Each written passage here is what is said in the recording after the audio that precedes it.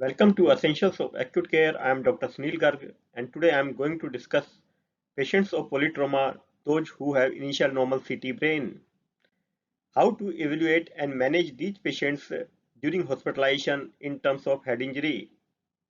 Whenever we encounter polytrauma patients, initial imaging of the brain is done either with CT scan or MRI scan.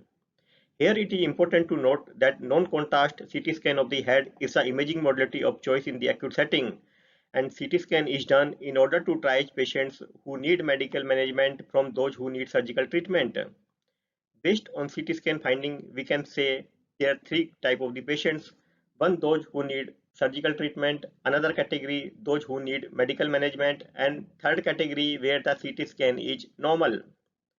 In terms of MRI, MRI is superior to CT in terms of sensitivity to detect subtle abnormalities and address injury in the posterior fossa and the brain stem.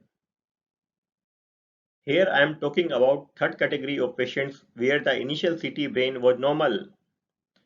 In some studies, it has seen that up to one-third of the patients, those who have initial normal CT brain, they develop CT abnormalities within the first few days after closed head injury.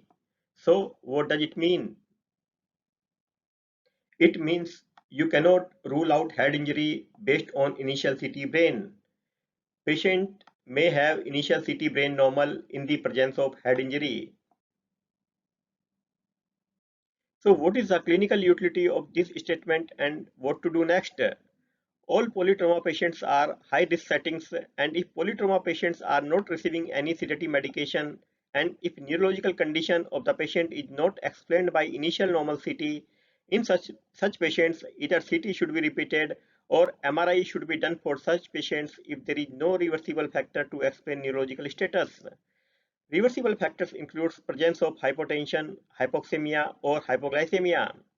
But if polytrauma patients are on sedative medication, these patients should be monitored for raised intracranial pressure in appropriate clinical setting and follow-up imaging should be done if required. How we can measure raised intracranial pressure? We can do it by invasive monitoring or we can monitor simultaneously the signs and symptoms of raised intracranial pressure. Here I conclude it by saying that ICP can be elevated even in the setting of normal initial CT. It reveals the importance of monitoring in high-risk patients, and this monitoring includes monitoring for the raised intracranial pressure and the role of follow-up imaging in patients who develop clinical evidence of increased ICP during hospitalization. Here you can see CT brain of polytrauma patient. These images belong to one patient only, done at different time.